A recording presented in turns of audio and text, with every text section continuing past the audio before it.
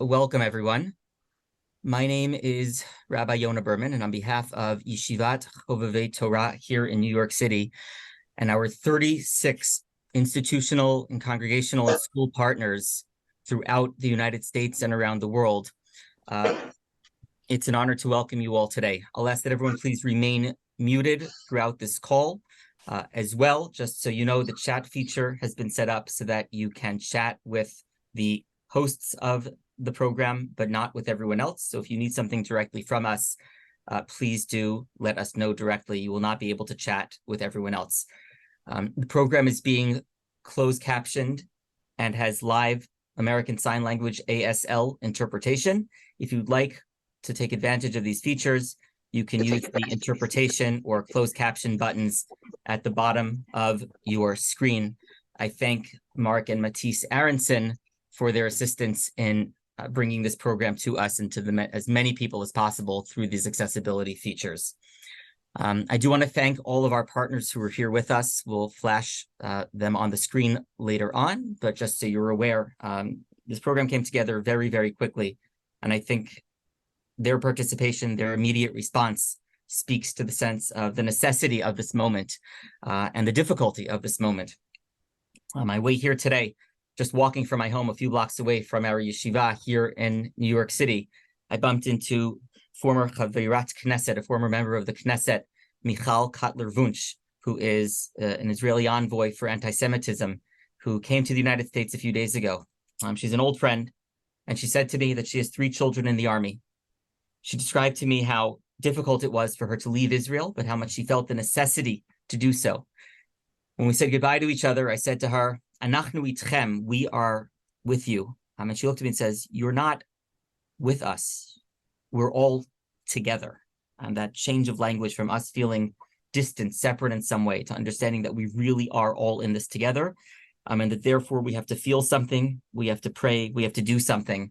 That's really the sense of necessity that brought about this program, this conversation that we have here today. And we're going to hear from people who are experts in what is going on, people experiencing things on the ground right now in Medinat Yisrael, as well as people here in the United States who can help us to think about what it is that we are experiencing and what it is that we can, and I would argue must be doing at this time in order to help Achenu B'nai Yisrael in Medinat Yisrael, to help our brothers and sisters in the land of Israel.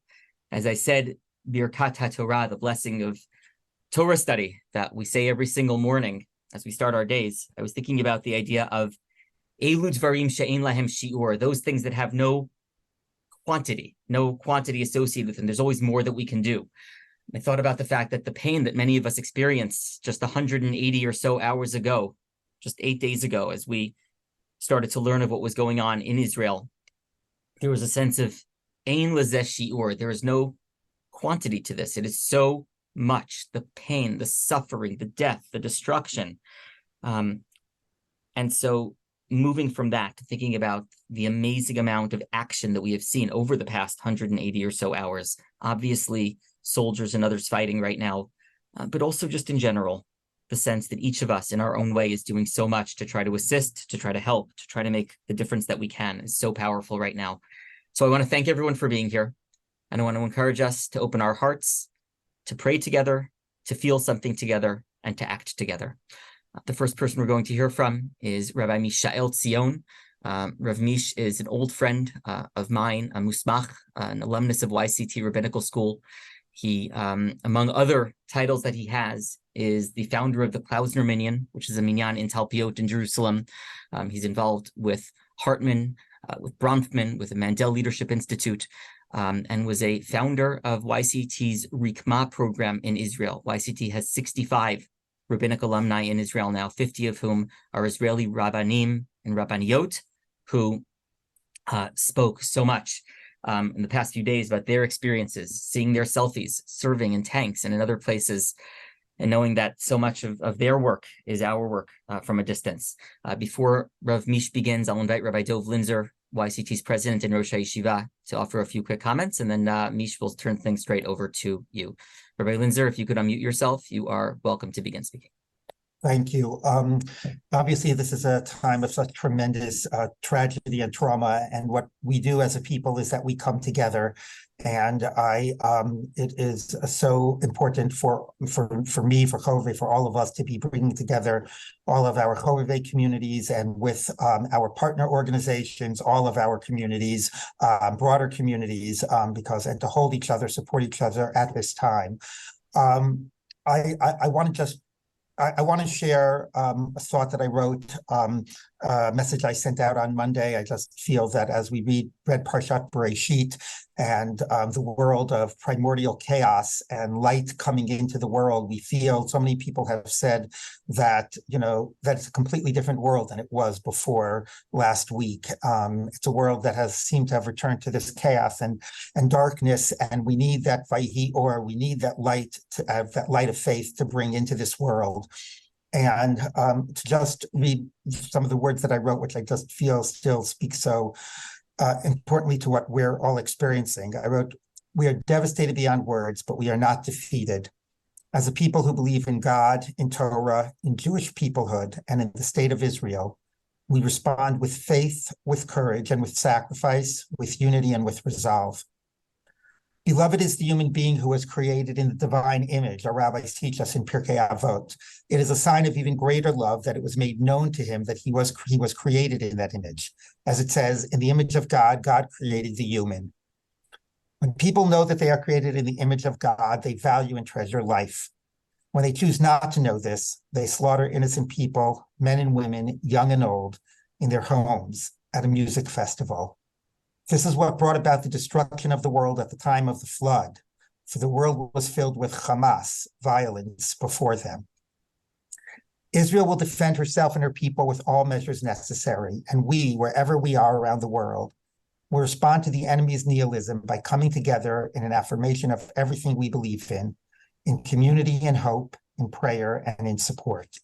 And that is what we are doing today. And our rabbis teach us that the word Bereshit, the famous midrash, for the sake of Reshit, for the sake of Israel that is called Reshit, for the sake of Torah that is called Reshit, and for the sake of Terumah, which is called Reshit, we come together and we will see ourselves out of this darkness because of Israel, because of us as a Jewish community, because of the state of Israel, as the people of Israel coming together. We see ourselves through this darkness with Torah and with tefillah and with prayer and with our faith. And we will see ourselves through this darkness with truma, with tremendous sacrifice and and giving and contribution through our actions, through our chayalim and chayalot, through our contributions, through all that we can do personally and in our communities. And it is through that we will come together through this stronger together. With that, I welcome Rabbi Misha Zion to share a few words. Thank you, Rabbi Linzer. Birshut Morai v'Rabotai, it's great to be here with so many faces that I know and that I don't know from across America, and just to feel the connection and the hug. Rav Avi, Dr. Michelle, Rav Yonatan, Rabbi Saschar, it's great to see so many of you. Thank you, Rabbi Yonah, for organizing this, and Rav Dov for your opening words. I'll try to be brief, and Rav Yonah, you can send me angry chat messages when it's time to pass on to other important people. Last Friday night in our shul in Talpiot in Jerusalem, Klausner Minyan, we had a Hachnasat Sefer Torah on Simchat Torah.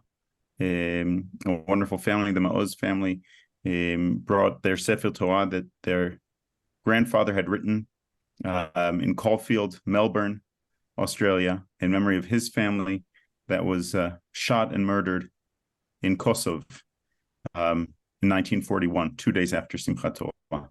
He wrote the Sefer Torah in the 80s, and in his will said that his daughters had made Aliyah to Israel, and he wanted the Sefer Torah to make Aliyah after he dies. And the Sefer made Aliyah to our shul, to his great-granddaughter's shul, where she's going to be bat mitzvah next week, Parashat Noach, and we'll read from that Sefer Torah. And we had a beautiful Simchat Torah celebration with all 114 families of the Minyan there, and it was a beautiful moment. And we had no idea that the Sefer Torah that we were dedicating in memory of a devastating moment in Jewish history, that we were about to enter another devastating moment where Jews would be shot and killed in fields and forests. This Friday night, right after lighting candles, we walked from our house in Talpiot in Jerusalem. We didn't go to our shul, which was meeting as usual, but up to 50 people, because those are the rules right now. We went to two other families, the Shapira family, who live 2 streets down from us. They're members of a different shul, a wonderful shul called Arnonim, and they had just started sitting Shiva for their son, Aner Shapira, who is from a frum family, but he, after Simchat Torah, that same Friday night a week ago, told his mom he's going out for the night, joined his friend Hirsch in the car. They drove down to a party. They had a great time at the party until 6:29 a.m. Hirsch is still missing. Aner was found shot and killed after he had heroically saved a lot of people and threw back live grenades to the Hamas terrorists. We gave our condolences to them and then crossed the street to the Truen family, who were members of our shul. Yehuda Truen is the son of Professor Ilan Truen, who's the founder of Israel Studies in many ways in Brandeis University and Ben Gurion University. Yehuda's sister, Shachar Devi Truen, Matthias, and her husband were killed in Kibbutz Cholit. Their son survived because when the terrorists threw a grenade into their miklat, they jumped on their son. So they were killed and he was saved. He was released from Soroka 3 days ago from Soroka Hospital. 3 days ago, he's 16 years old. I don't want to spend all my time telling these stories, even though I think these stories are really important. I'm sure you've heard these stories, you've read them, you've seen the videos, you've read the reports. But I think starting with these stories is important because it humanizes us. These are unhuman stories, but telling the stories of the individual people who lost their lives humanizes us and reminds us why we're doing this. Tzelem Elohim, as Rav Dov said before. That gap between the joy of last Friday night and the devastation of this Friday night is, I think, a big part of the shell shock that everyone in Israel is in, and I'm sure across the Jewish people. You were before Simchat Torah. Perhaps when you heard the news, we were already deep into Simchat Torah. And now we find ourselves, I think, like all the Jewish people, in that weird halachic status of aninut, the status where you're not yet in Avel because you haven't buried your dead. 1,300 people were killed. There have been very few funerals so far. There have been funerals. I went to one this morning. I was at another 2 on Friday. But mostly we have not yet buried our dead. And when you're in aninut, as you know, you're patul from mitzvot aseh. You don't daven. You don't say kriyat shema because you're angry, as Reb Soloveitchik says, and because you're silent, as Aharon HaKohen teaches us. And within that silence, it's not a silence of passivity, it's a silence of a very deep scream of devastation that I think we feel all across Am Yisrael. Rav Yonah asked me to say what the mood is in Israel. I started with the devastation. I want to add 2 other emotions we're feeling very strongly right now. There is fear, a lot of fear. On Friday afternoon in our shul, we had an initiative. We told everyone to bake chalot and then give the chalot to people who don't belong to a shul. Those of us who have shul communities, Baruch Hashem, we're fine.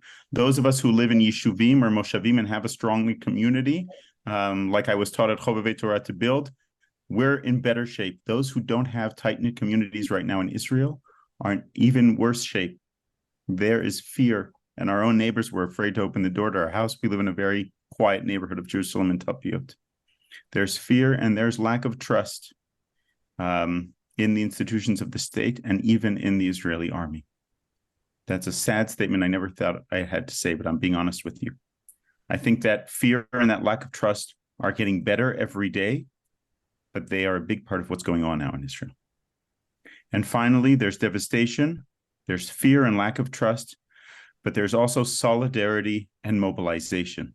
Huge amount of solidarity inside Israel among camps and people who have not spoken to each other, have been deeply angry at each other. And there's huge mobilization. We'll talk soon about the solidarity and mobilization in North America, and you know that better than I do.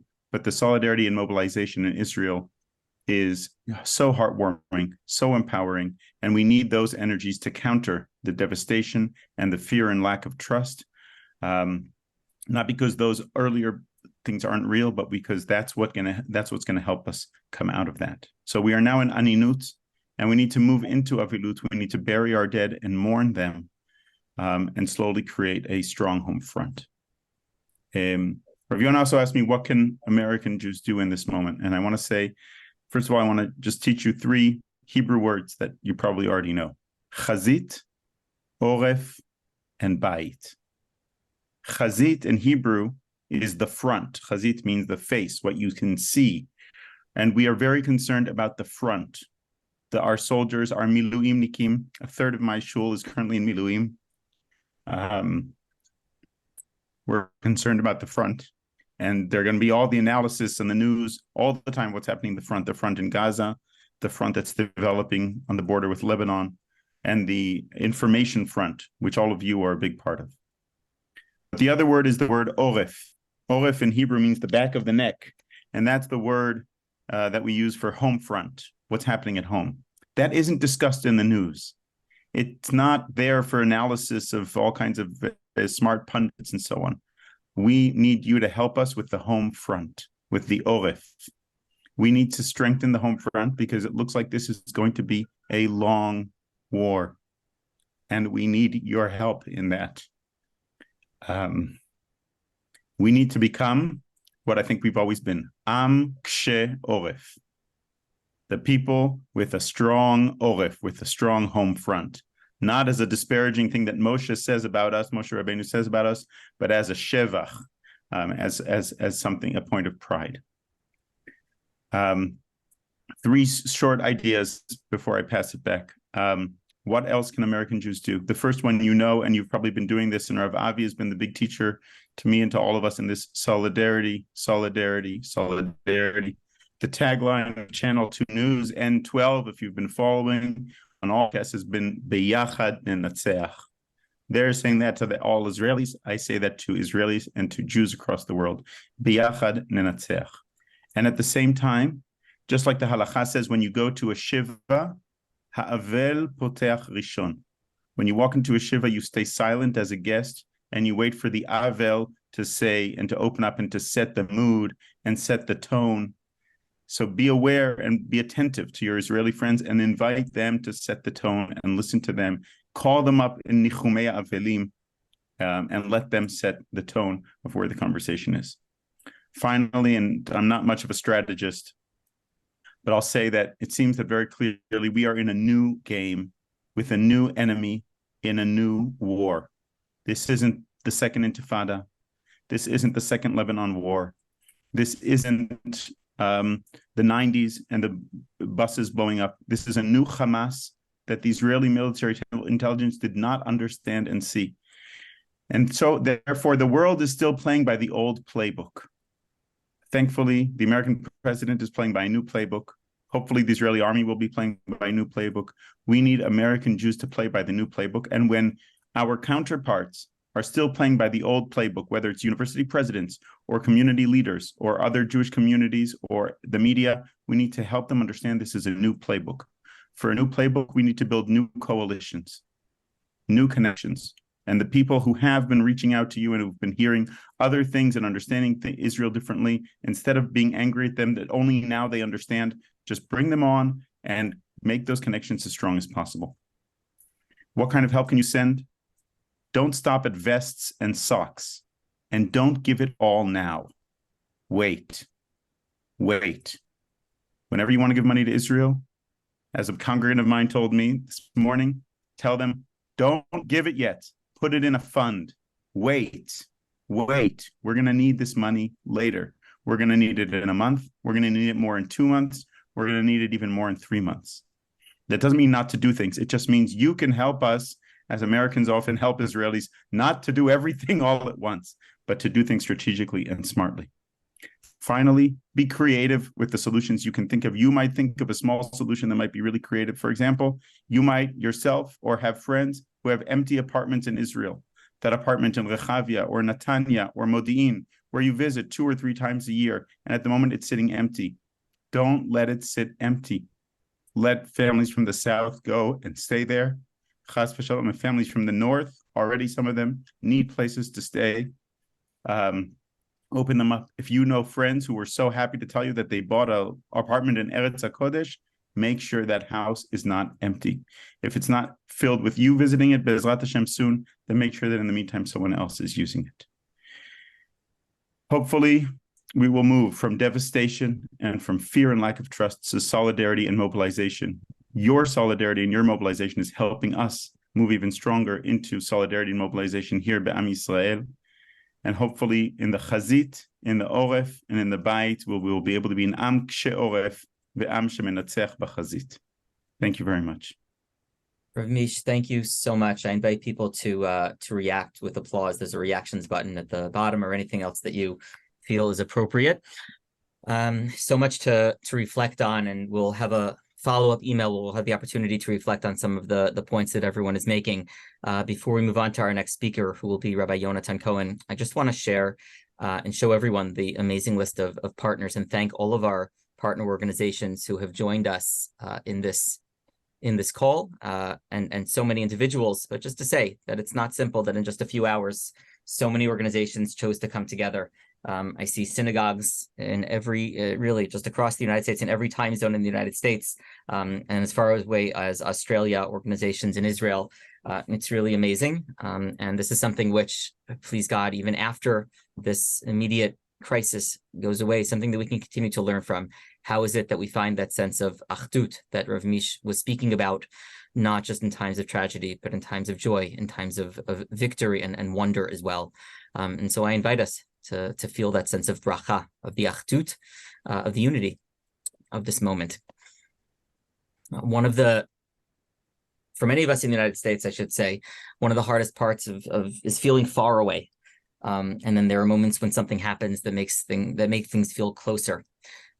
Sometimes that's because we know someone who was killed, let's say, over the past week, and sometimes it's because we have a close friend who knows someone who was killed over the past week, and that's the case right now, as we invite Rabbi Yonatan Cohen, YCT graduate, the rabbi of Congregation Beth Israel in Berkeley, California, and a close friend of mine personally, who traveled to Israel a few days ago to join his family as they were sitting Shiva for his nephew, for Yorav Malayev, a Chayal in Sahel, who died at the very beginning of the conflict, protecting others on the small base that he was on the border with Gaza, and heroically saved other people's lives in the process. Unfortunately, lost his own.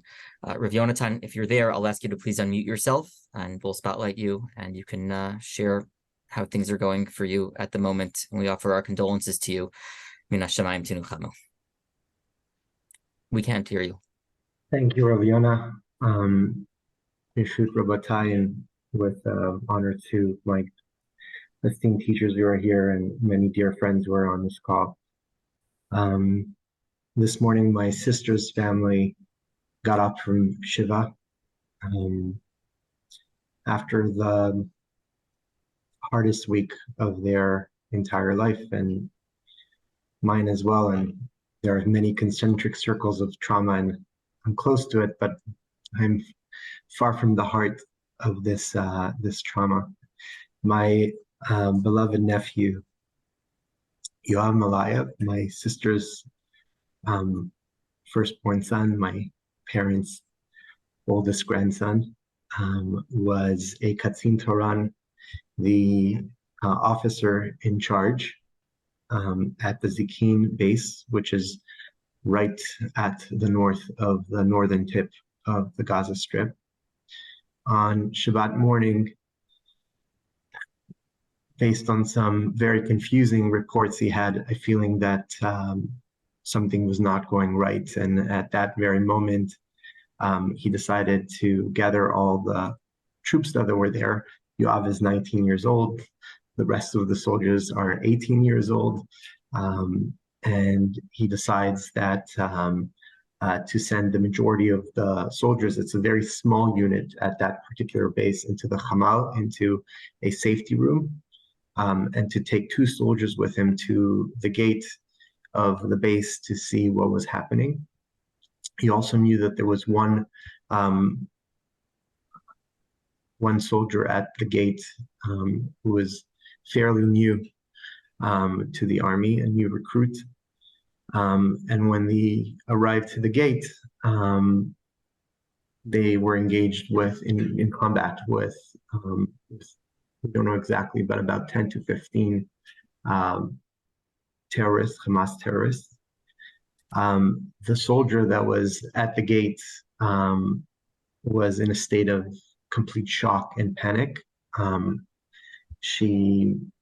What we know from texts that she sent to her parents, she was sitting down at a safe room and texting to her parents almost step by step of everything that was transpiring. The first text says, I'm alone at the gate and I'm hearing noises and I'm scared.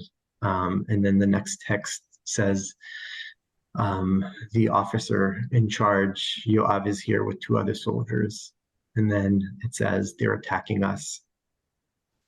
It describes how Yoav and these 2 other soldiers that were with him were able to kill 4 terrorists. And then it describes a few moments later that Yoav is hit. Then the other 2 soldiers are hit. And the last text from this young soldier to her parents is, I'm going to be next. And she is killed as well.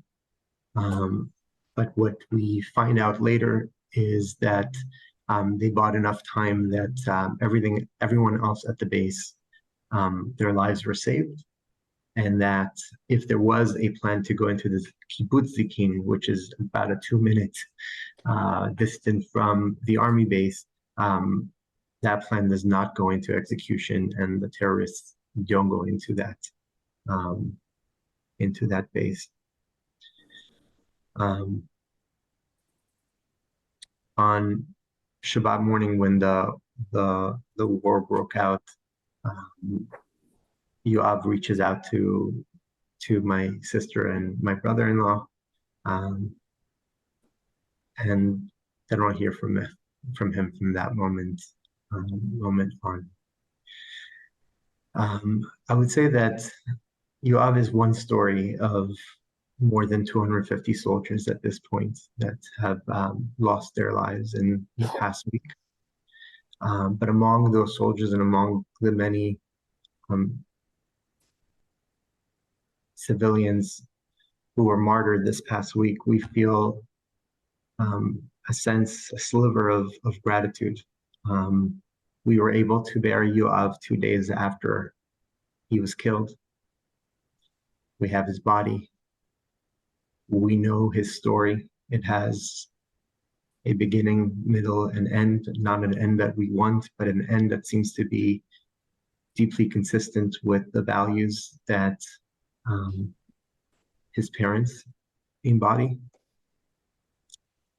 My sister and my brother-in-law are in profound grief, and yet they draw strength from the choices that Yoav made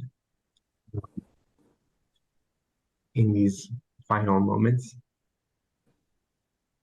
And I would say that Israeli society is at its best during these, at the Shiva house. If you were to sit at the Shiva house this week, and Rav Avi was there at some point this week, among many other dear friends and loved ones, Rabbi Yair Silva, my predecessor in Berkeley. You saw all of Am Yisrael, my sister and my mother volunteer in the Ethiopian community, and members of the Ethiopian community were here. My brother-in-law was a career officer, led many important efforts in integrating the Haredi community into technological units in Israel, and Hasidic Jews and Haredi Jews came to the Shiva. Our family on Alex's side is involved in encouraging the integration of Bukhari Jews into the army and academic studies, and the entire Bukhari community was here. It is incredible to see the best of Israel come into and through the doors, and to get a sense of what we as a people are and could be through this crisis and after this crisis.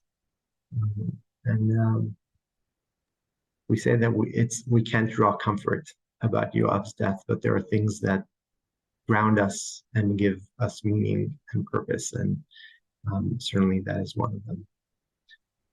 I feel really appreciative of everyone being here, and we feel your support in Israel, and I know that Israelis who are here feel your support as well. Rav Yonatan, thank you so much. And again, in whatever small way we can, we offer condolences to your family, and hearing parts of Yoav's story with the beginning, the middle, and the end, and really the inspiration that goes beyond. And reminded of so much of that when I look at the words that are on the wall in back of you from Chana Senesh. Eli Eli Shelo Yigamer Leolam Hachol V'Hayam Rishu Shel Hamayim V'Rak Hashamayim Tfilat Ha'adam. Famous words that those of us who grew up in Jewish schools heard so many times, and to think that there's more death, and more to learn from, and more to be inspired by, and ultimately more that we have to do as a result. So thank you for being with us, and please send our love to your family. I'd like to switch modes a little bit as we think about the pain, the tragedy that we've heard in the last little while. I'd like to invite YCT's chair of pastoral counseling, and someone who literally wrote the book on rabbinic training around these issues. I'd like to invite our Rebbe, Dr. Michelle Friedman, who's going to share with us now some thoughts, perhaps some reflections, Michelle, on what you've been hearing this morning, and then to share with us how we take this. We had a rabbinic call a few days ago with some of our alumni where we spoke about moving from a sense of inaction, paralysis, to action in some way. What do we do? What do we do right now, Michelle, with the sense of pain? How do we acknowledge that, and then how do we move on? Okay, thank you for this opportunity. I have about 5 to 7 minutes, and I'm going to talk about 5 points, and they're going to be on a much more personal, local level. So I'm going to start with the basics, and it's going to build on what, thank you to the people who spoke before in such poignant language. But I'm going to start with the basics. And some of this comes from our experience after 9/11, after other great tragedies. But one of the basics is we're at the end at week 1, the beginning of week 2. And as Mish said, there is so much ahead. One of the basic advice that is given to both adults and certainly to children is limit your news intake. Decide what you're going to listen to, what you're going to read, what you're going to watch, and keep it to that. And I want to make a special point about visual images. Trauma porn, which is available on the internet, will not help you be more effective, I don't think. And I believe it's a desecration of the people from whom those visual images are taken. So point number 1 is curate your news intake. That doesn't mean don't look at other people's writing, but keep it in bounds. The second point, as was said so well, this is a long-term situation. All of us have been absorbed in the news. We've been glued to our phones. I've written to, I think, everybody I ever met in Israel. We've been going to gatherings, demonstrations, saying Tehillim, doing all kinds of stuff. We have to plan of how we can sustain our caring over the long haul, how we can continue our daily lives and maintain regular contact with folks in Israel who are so incredibly grateful for our support. I can't believe how, I wrote to people that I've met once, that I participated in a colloquium, that our family was privileged to give money to support, and they wrote back within minutes sometimes, thanking us. I couldn't believe, I was humiliated, almost humbled by getting thanks from people who are on the ground in Israel. So my third point is kind of a continuation. Decide on a regular action or actions and stick with them. Put on your calendar the day of the week that you're going to write to, whatever it is, whatever your frequency is with the people that you don't know so well, but you've established some kind of communication with. Mondays, Wednesdays, Fridays, whatever it is. I'm writing to X people, and keep at it. Because, and so too with organizations, staying in touch with people as the situation unfolds, responding to their needs, just letting them know that we're here and that we're thinking about them. Don't feel like because you're here and safe, it doesn't matter. It really does matter. Send clips, voice recordings of gatherings you go to Tehillim that you went to, stuff like that. The point that I want to actually spend the most time on, and this kind of goes with the solidarity that Mish talked about, plan ahead. I'm sure many of you have already been here for difficult conversations. Whatever your politics are regarding Israel, regarding Palestinian rights, wherever you are in that spectrum, you are going to be pulled in very painful and powerful ways. I know I have already had some very difficult conversations with even well-meaning colleagues and antagonistic people.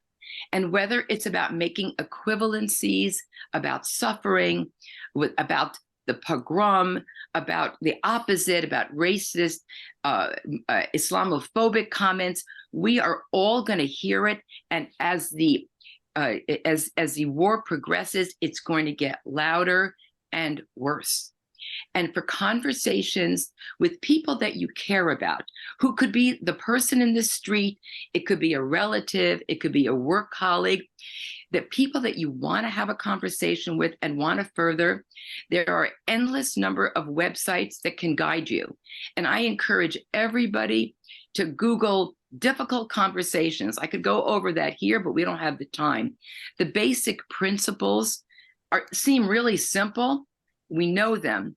Listen, do not interrupt or talk over the person that you're talking with. Try to understand how they feel, and I'm talking about from whichever direction they're coming from. Try to understand how they feel, why they feel, where they're coming from, and stay calm. But I also want to say very clearly, know if and when you need to stop a conversation, because you just can't go further. And you have to calmly say something like, I'm glad we spoke, and I need to stop for now. But I think difficult conversations is really one of the most important places. This has been true in all kinds of movements. People need to have conversations with people that they don't agree with. That is how we're going to express solidarity.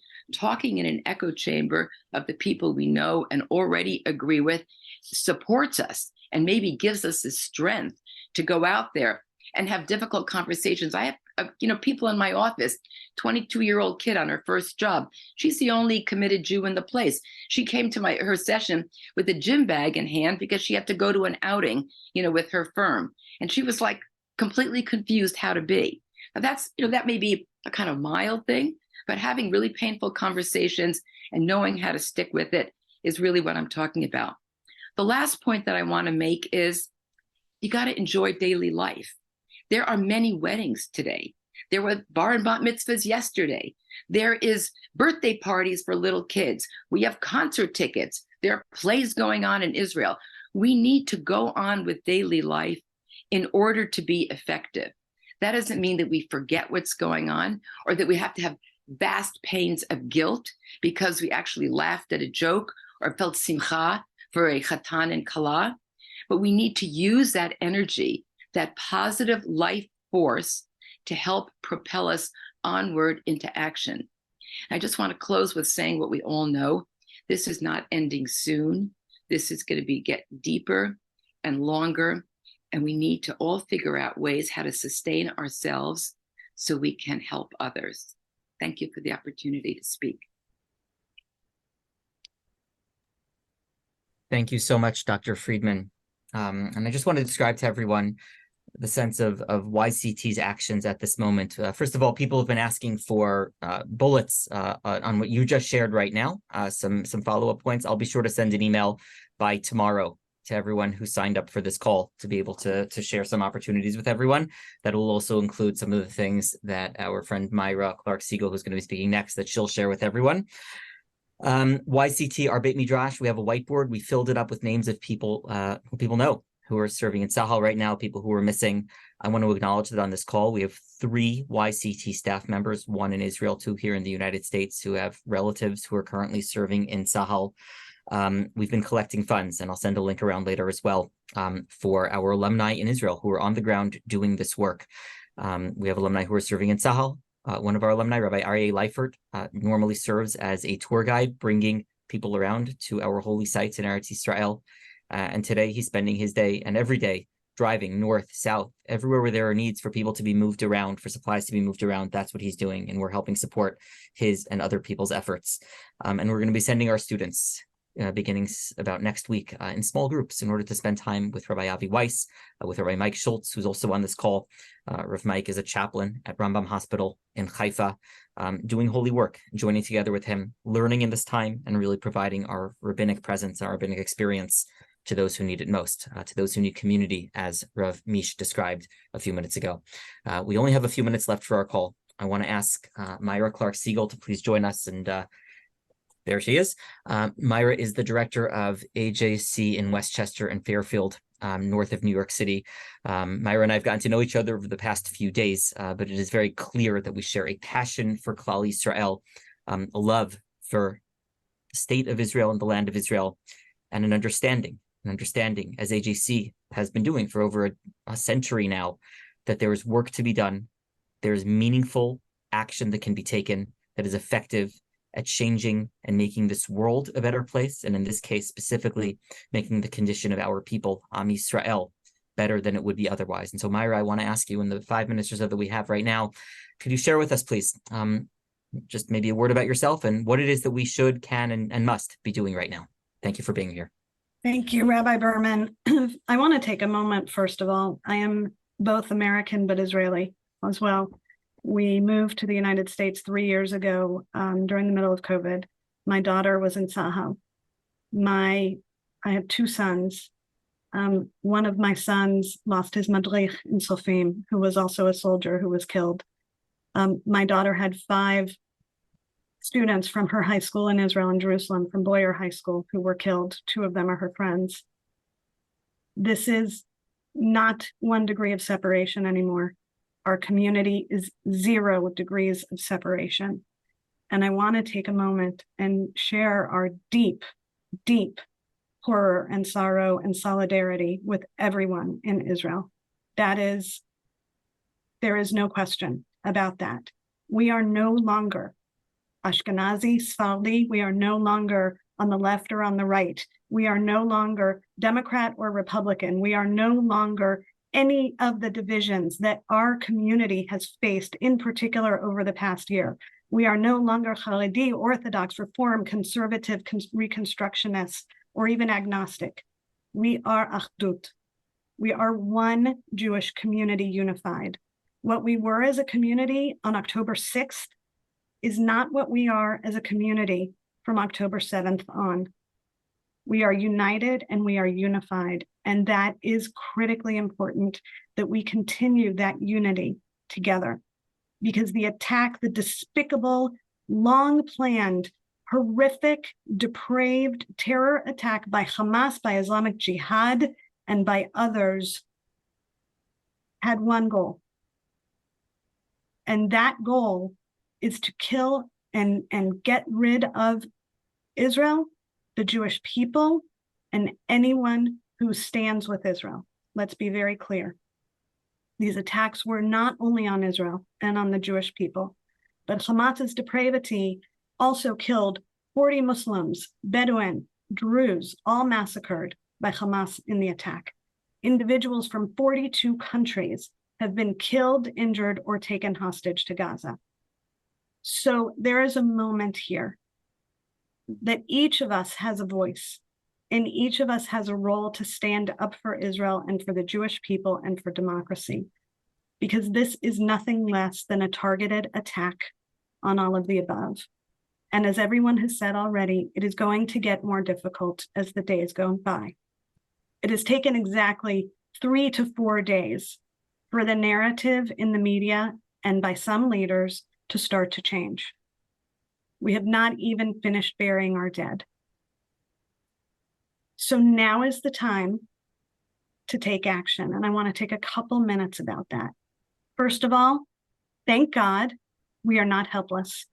We have Tzahal, we have the Israeli civil society, which has stood up and gathered together, perhaps as never before. We are organized and we are powerful, and I will never apologize for that strength. Now is the time to take action, and we need to be laser focused in our efforts.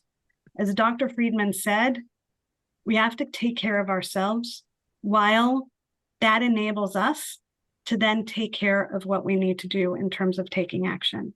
And I want to give you a few examples, and we can put them in the chat, and we can also share this as follow-up.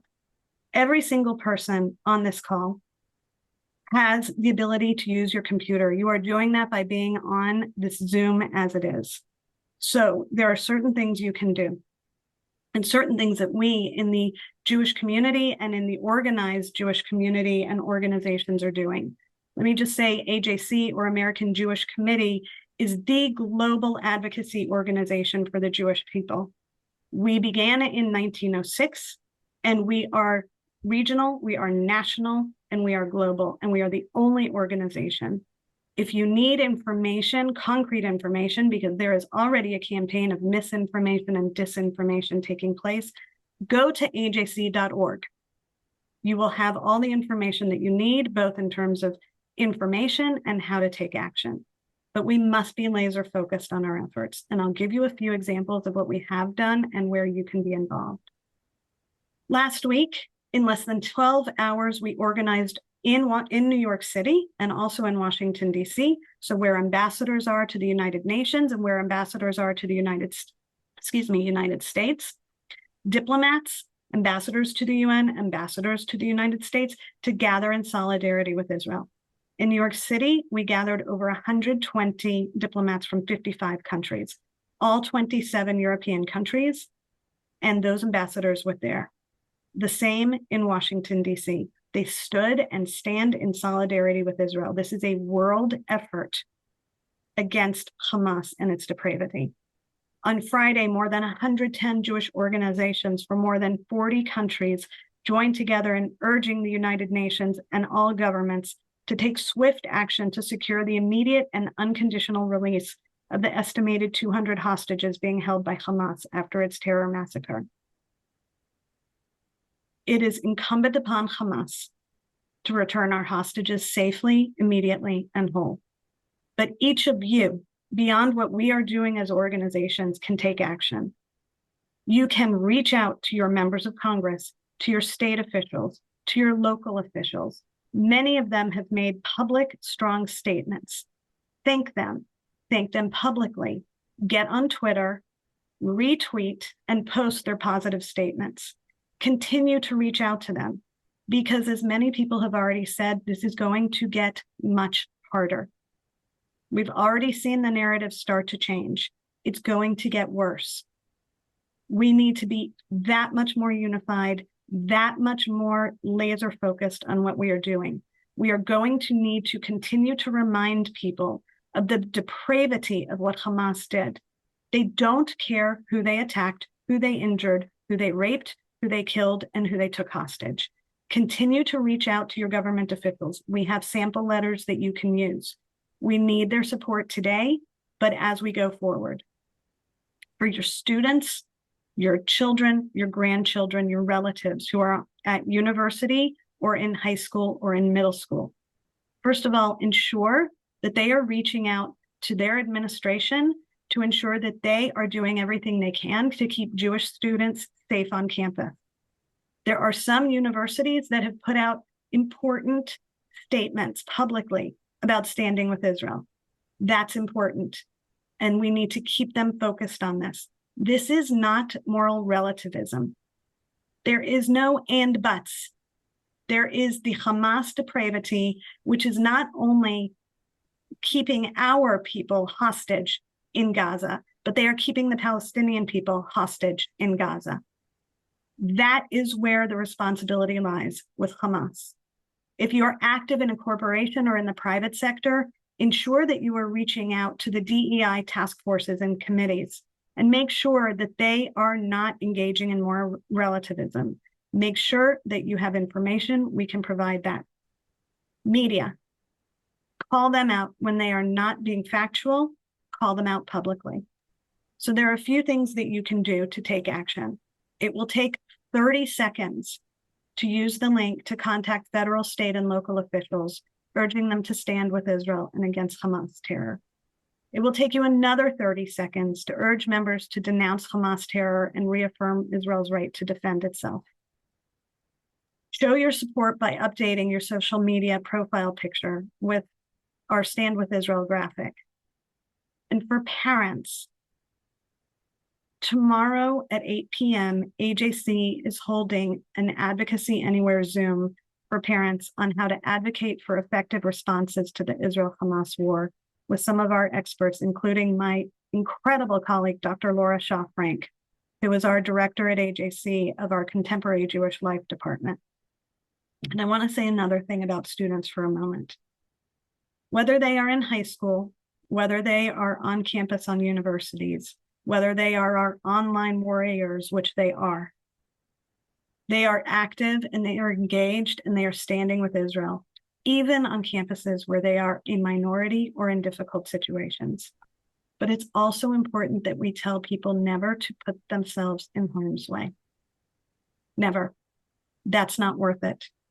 What they can do is ensure that they are holding their administrators to accountability and that they are using the keyboards, which they know how to use better than all of us, to stand with Israel and ensure that others continue to stand with Israel. Each of these actions are actions that each of us can take. We stand together in solidarity. We will continue to stand together in solidarity.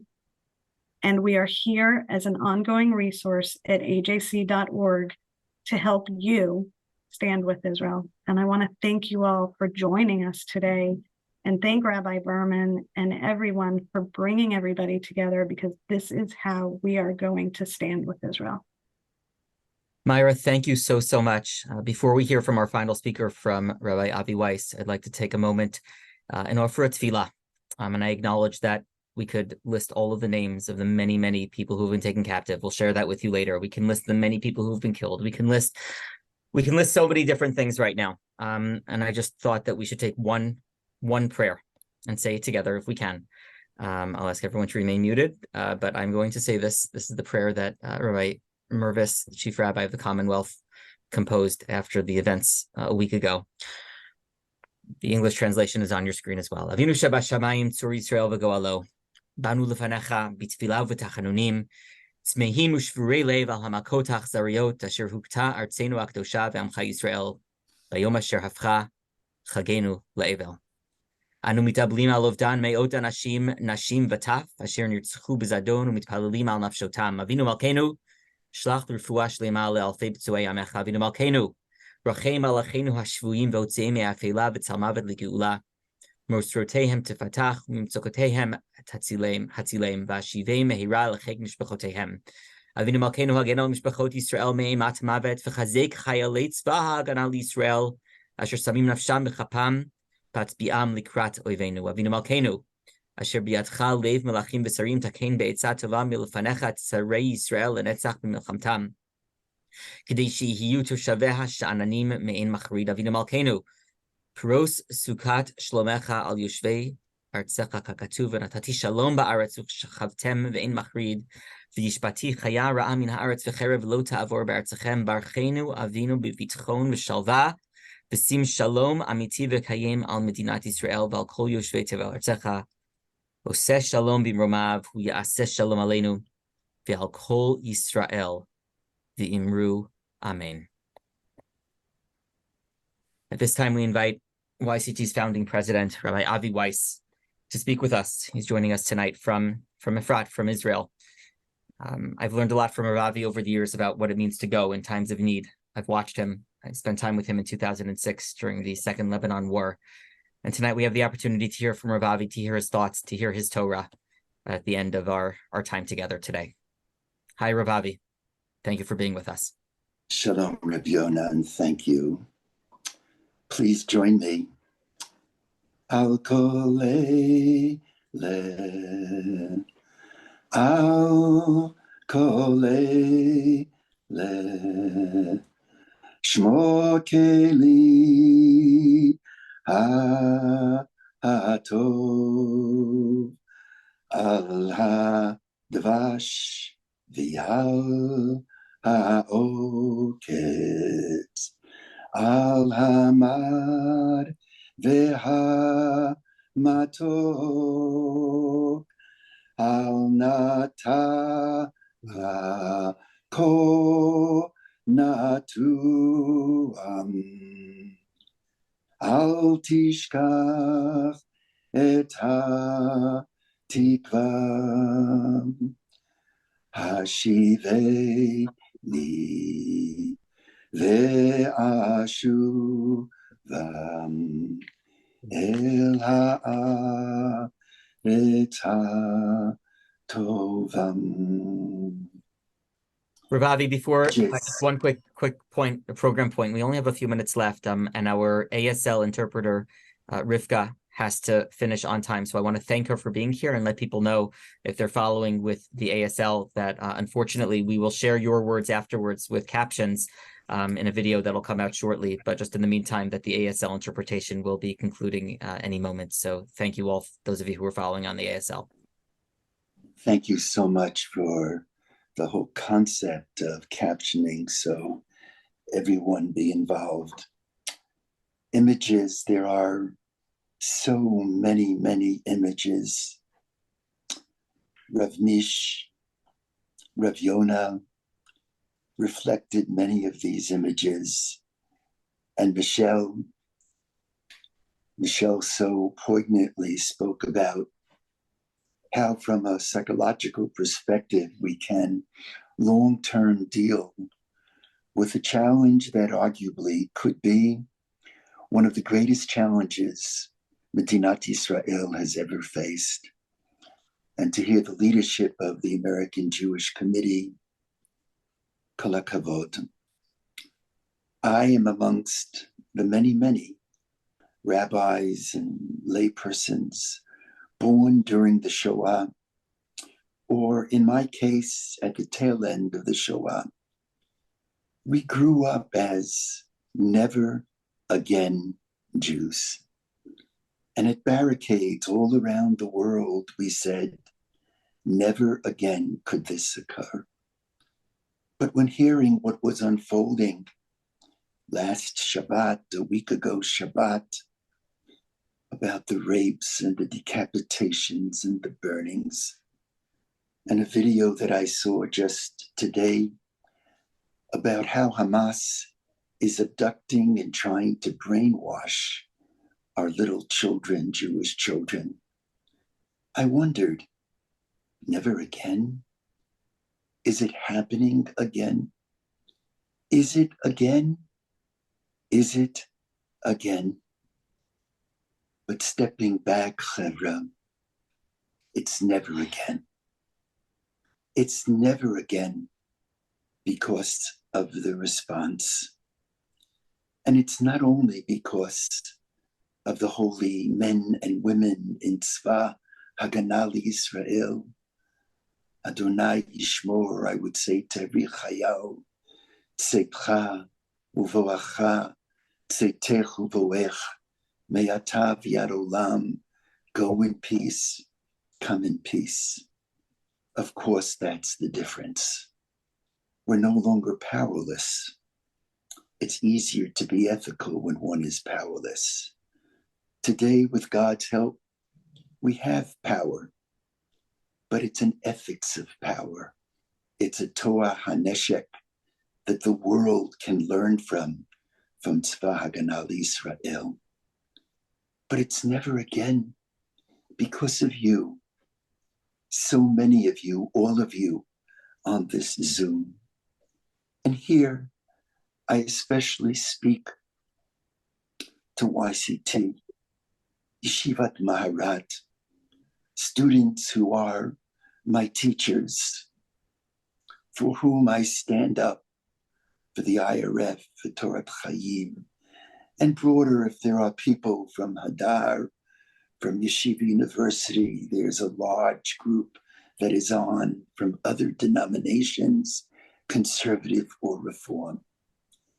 It's never again, because God willing, we are going to follow this humbly suggested to-do list. Number one, unlike decades ago, we no longer have fear to the point that we're paralyzed. Yes, we must be vigilant, but as the Kotzka said, the world may be a narrow bridge. The ha'ikar lo lefached, don't be afraid. Fear is an emotion. We can't control what we feel, but notwithstanding the fear, we can't control the way we act. And so while being vigilant, I turn to rabbis and future rabbis and leaders and say, don't cower before the fear. That when we hear that there is declarations of an International Jihad Day, we must make sure that our synagogues and schools and JCCs are well protected by police and others, and by our own teams of people involved with security, together with the police. Yes, we must be vigilant, but we cannot cower. We cannot bend. Yes, it's good that 10, 12,000 people poured out into the street the other day speaking out for Israel. We need 100,000. We need millions. That's number one. Number two, never again, because of the response of the United States government. So much has been written about the silence of the American government 80 years ago. Arthur Morse's, when he spoke about the silence of the American government, David Weinman, the American abandonment of the Jews. Today, we must be grateful for the position that's been taken by the White House and by Congress. Yes, there have been a few naysayers, but on the whole, the speech and the language has been beautiful. But here too, I say with great respect, kabdeu v'chashdeu. This is going to be a long few weeks and months. Halavai, the American commitment to Israel is going to be and is going to continue. But if there is going to be some distance between the two, America wanting Israel to stop earlier, don't cower. I stand with Medinat Yisrael, with Tzva Haganah Yisrael, unequivocally stand with them. Three chevra, as Dr. Michelle beautifully said, we have to stay positive. It's not easy, because I, along with so many of you, can't sleep at night, notwithstanding that we can't sleep and that we have within ourselves certain feelings sometimes of pessimism. In front of our community, we have to remain positive. We have to remain optimistic, and there's every reason to remain optimistic. Number 4 on the to-do list, whatever our politics, the key now is Ichud Ha'am, the unity of Am Yisrael in support of Israel. I, for one, would not spend too much energy on those who are all the way to the left, the 10, the 15%.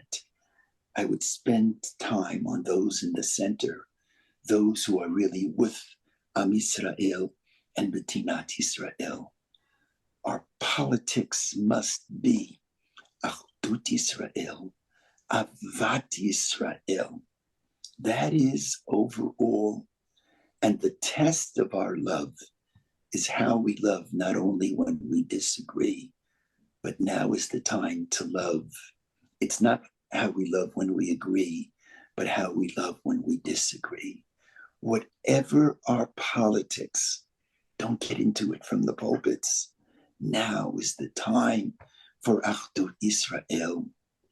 And finally, now is the time as rabbis and spiritual leaders to respond to the sinah, which is Mekalkelet Ashura, the hate which defies the rule, to respond with Ahava Mekalkelet Ashura. That too makes a difference. To respond with tefillah that is earnest, that is deep, that is spiritual. To respond with limud Torah, learning Torah, whatever that Torah may be. To respond with chasadim, with gmilut chasadim. Just in the Shiva home, just a few moments ago, the Shiva home of Roe Meisel's. And I asked Roe's mother and told her, we'll be on this Zoom, what can I share with you? And she responded and she said, share with the Chevra to spread and respond to the hate with love. And this is a woman who lost her son, who died a heroic death. It's in your hands. It's no longer in my generation's hands. It's in your hands, the hands of the people who are listening to this Zoom. This is the time to step up to the plate. And no matter what you do, it can make a difference. Last week's Parsha, the Parsha right before the Parsha of Vishara was a Parsha when we're told right at the outset that the world was Choshech, the Choshech Pnei Tahom. There's Choshech around Israel these days. There's darkness wherever one turns. Funerals and shivers and hospitals full of the wounded. The Choshech al Pnei Tahom. And what's necessary now is not to ask so much why, but what now? What now? What now? The Torah responds, the Ruach Elokim mirachevet al pnei hamayim. To feel God's hovering, even in this nightmare, to feel God's hug. Vayome Elokim yehi or. And God says to the darkness, let there be light. And God says to all of us, co-author creation with me. Co-author the progress of the world with me. God is calling out to all of us. Partner with me, God says, to bring light to the world. Vayome Elokim yehi or. Vayehi or. In the midst of the darkness of the flood, this week's Parsha.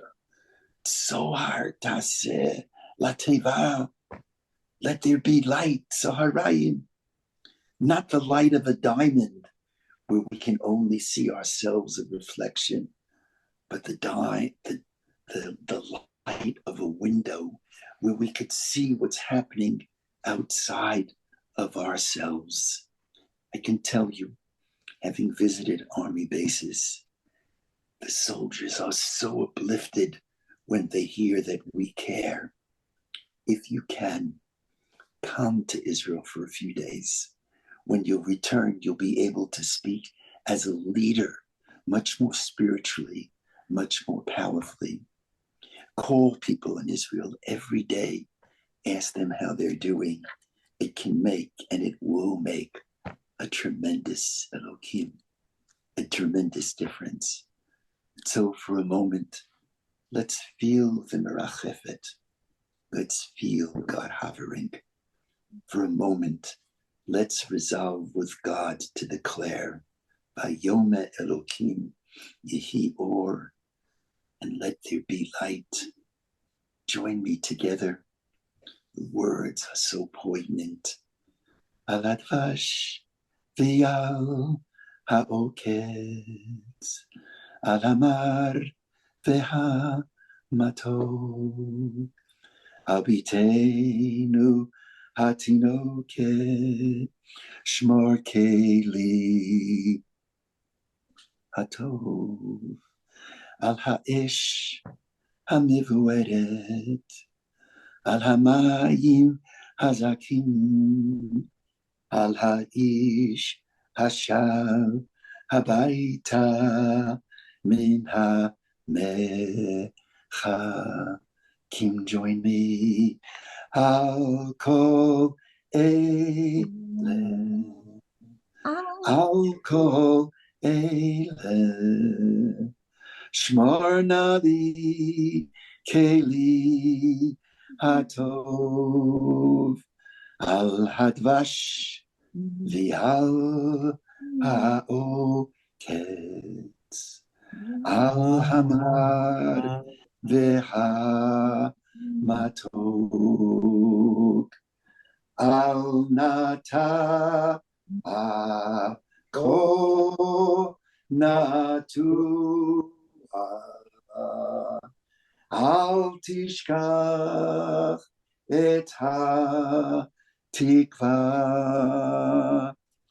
Hashiveni Ve'yashuva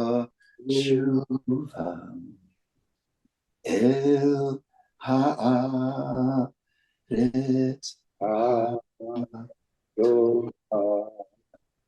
Rav Avi, thank you so much for helping us to put this program together and for being the inspiration behind so much of what we do and thinking about how we can bring ourselves, our presence, and our resources to help the current situation and every time there are members of the Jewish people in need. I want to wish us all a day full of peace and a day full of action and a day full of prayer, the three things that we've been thinking about today: prayer, unity, and action. We felt that today, and now it is up to us to go forth and to do what we can. You'll be receiving a number of emails from us in the next few weeks encouraging you to continue to act. We ask that you continue to support our efforts, that you continue to pray, that you continue to feel that sense of love of Israel, Ahavat Yisrael, that Rav Avi so beautifully described, and to act on all the points that we heard from Rav Mish, from Rabbi Linzer, from Rav Yonatan, from Myra, and from Dr. Friedman. I thank everyone, all of our speakers and all of our partners for being here. We'll conclude now with Hatikva. I'll invite everyone to please rise. Thank you again for joining us. And a special thank you to Corvin, our captioner, who's been working nonstop for the last 75 minutes. Thank you all to the members of the YCT office staff for helping make this happen, to Eva, to David, to Noya, to everyone else, to Ruthie, and to Rabbi Linzer. Thank you all for being here today.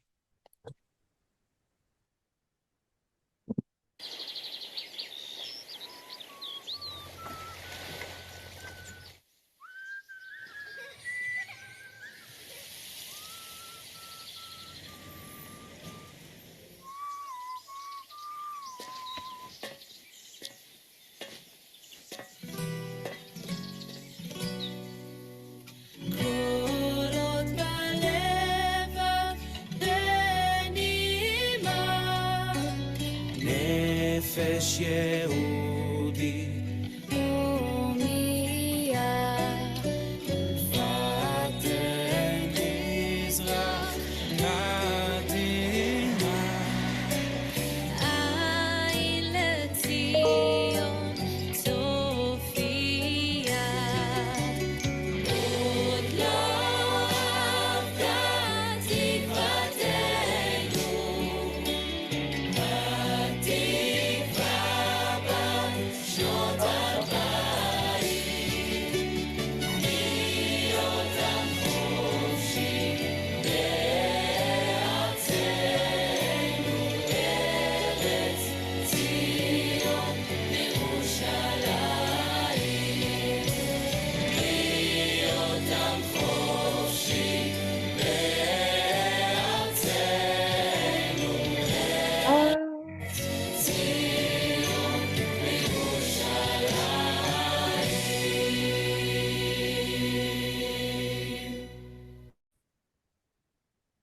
Thank you, everyone. I wish us a continued good day and a day of peace for all of Am Yisrael.